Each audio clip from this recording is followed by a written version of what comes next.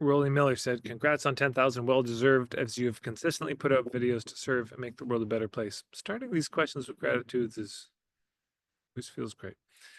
I'm only here because your channel was shared with me by a friend. I haven't been around these parts long, but working through your starter kit feels like a business 101. I'm having to answer questions I don't know how to answer. I don't know the answer to. Man, I'm in the same process as I'm scaling my business. It feels so daunting. I'm reassessing many previously held assumptions that don't hold up to the light you shine. Thank you for the important work and staying true to it. That said, I do have a question.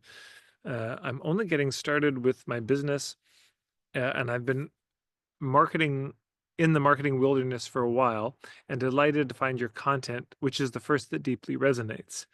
Do you have any suggestions on how do I filter the marketing business content advice that all seems to overlap and get confusing? Okay, so I think I replied to this. Okay, I replied, but I didn't get a response to that. So I'm not totally sure. I asked, is it the strategies that overlap, uh, or an ethical overlap? But let me give this a shot. Okay, so the question is, do you have any suggestions on how I can filter the marketing business content advice that all seems to overlap and get confusing? Well, one is pick one teacher and follow them. Stop following a lot of people. Stop digging shallow wells everywhere and just pick one and go deep, whether that's me or somebody else. Sometimes we just have to get one framework, one model, because like I use the word niche different than a lot of my colleagues do.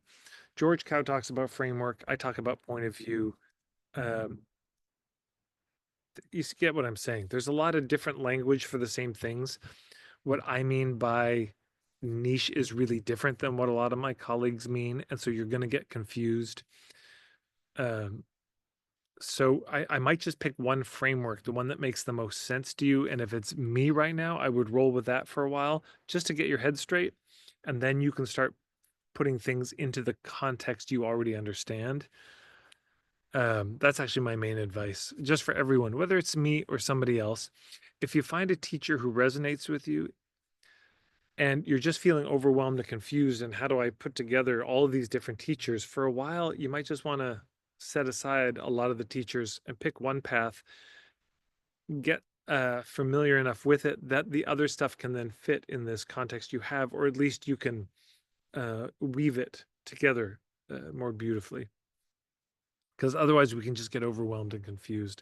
So I think I understood your question. That's my best answer on it.